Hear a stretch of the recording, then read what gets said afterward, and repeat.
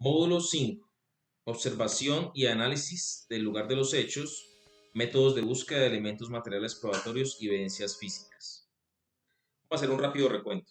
Cuando se comete un delito, las personas reportan a las entidades o por algún otro medio llega esta información al Centro Automático de Despacho, Unidad de Recepción de Información, 123, etc.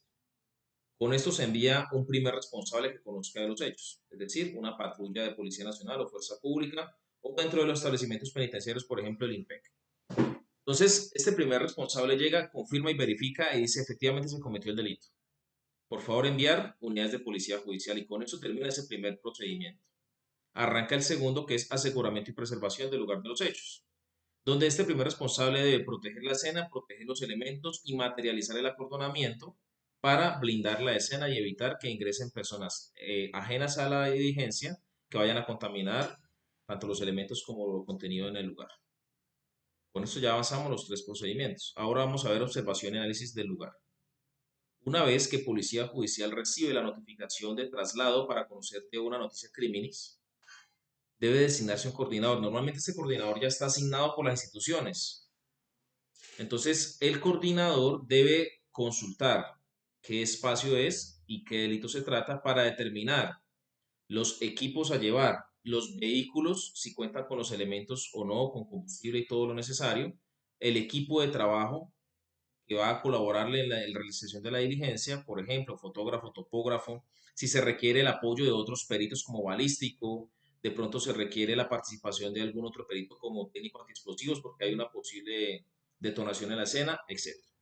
También este coordinador debe gestionar los enlaces interinstitucionales con otras entidades para atención de víctimas heridos, por ejemplo, atención de desastres.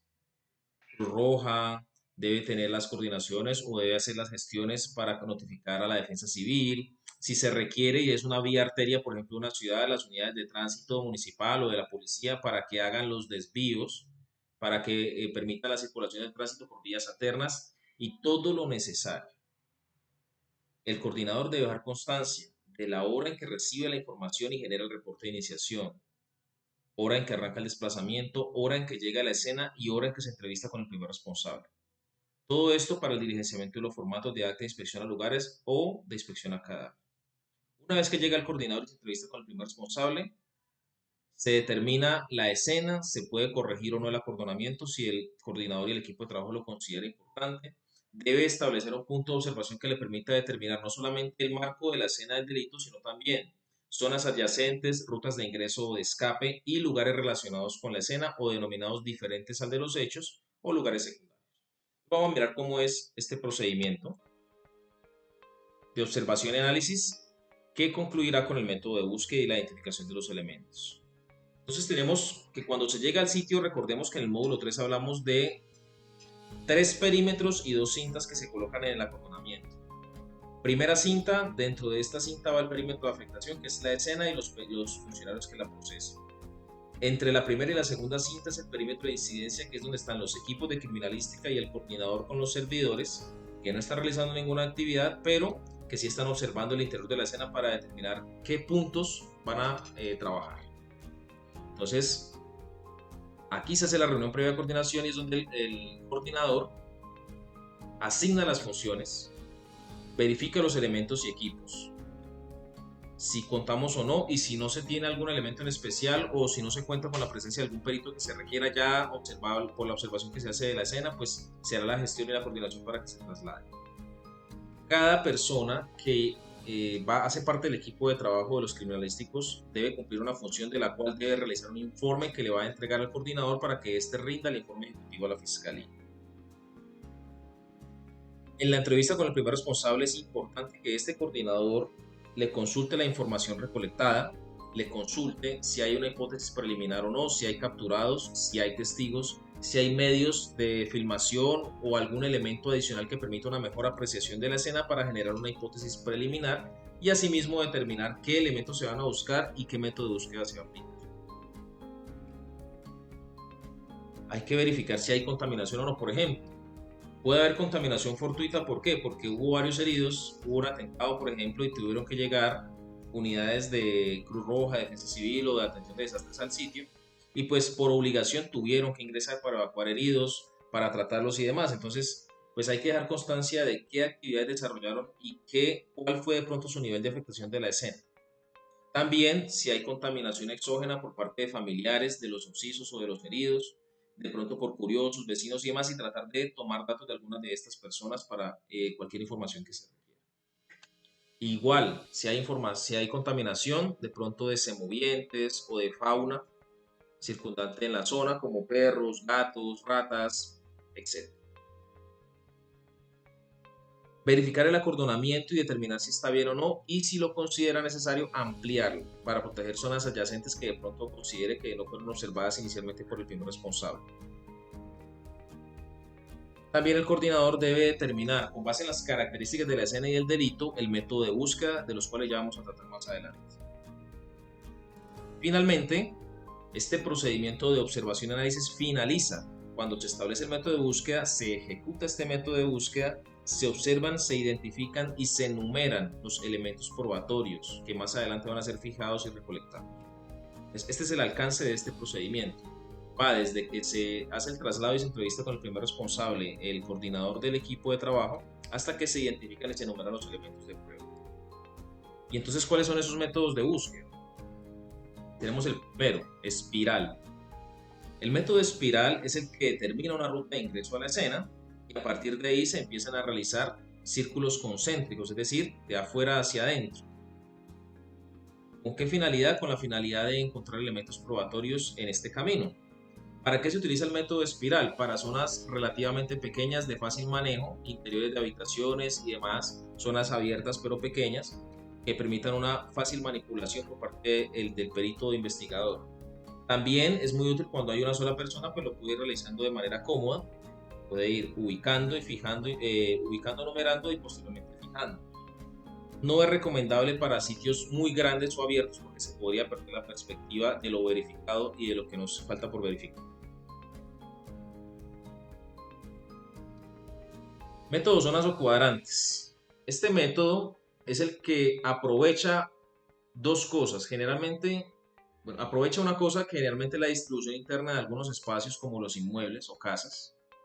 O también determina por características propias de una zona abierta, por ejemplo, pues qué espacio va a verificar. Por ejemplo, si tenemos una zona de mayor elevación y otra de menor, pues podría determinarse zona 1 y zona 2. Ya esto depende de la apreciación del coordinador.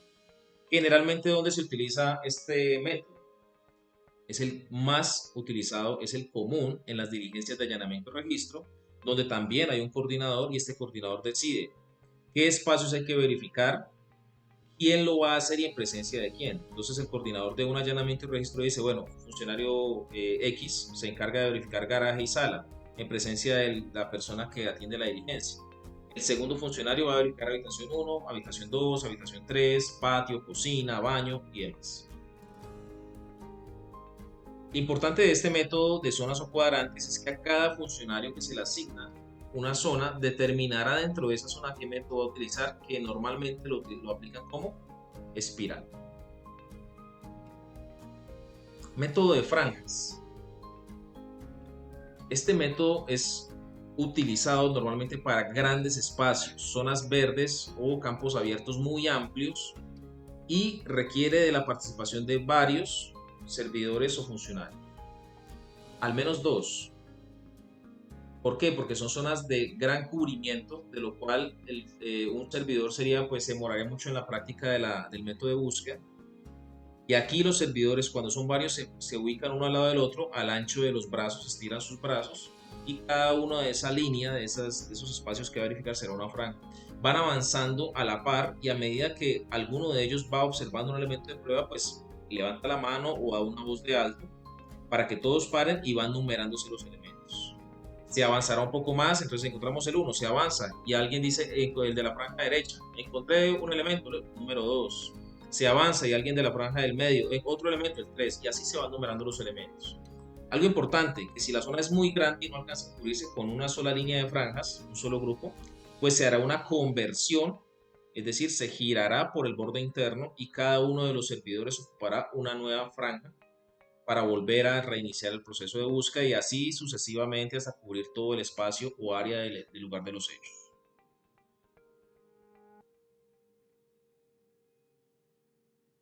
rejillas o cuadrillas o cuadrícula, como le llaman en algunos lugares.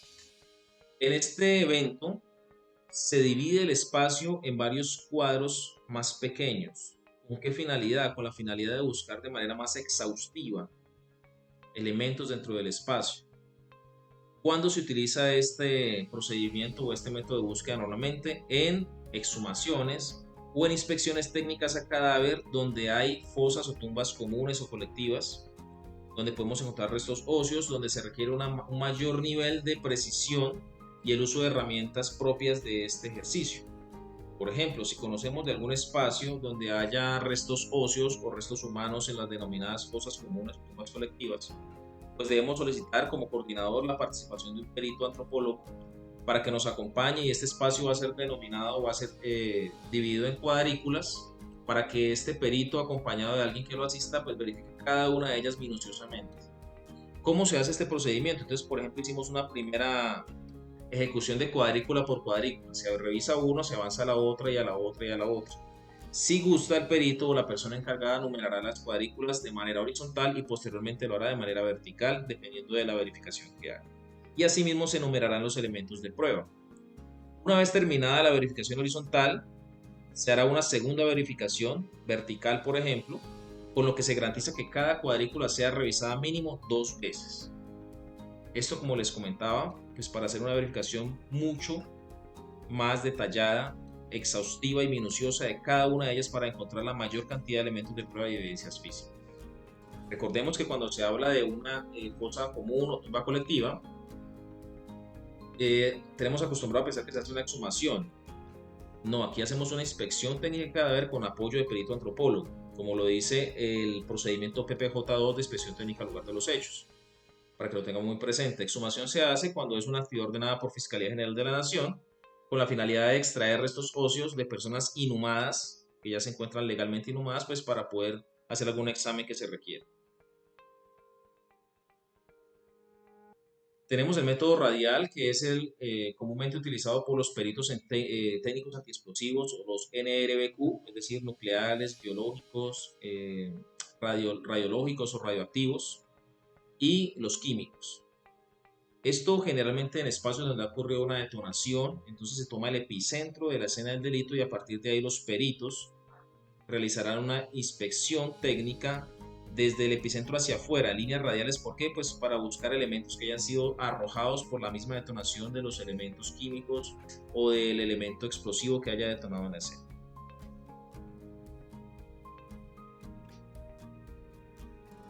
Con esto ya hemos completado el módulo.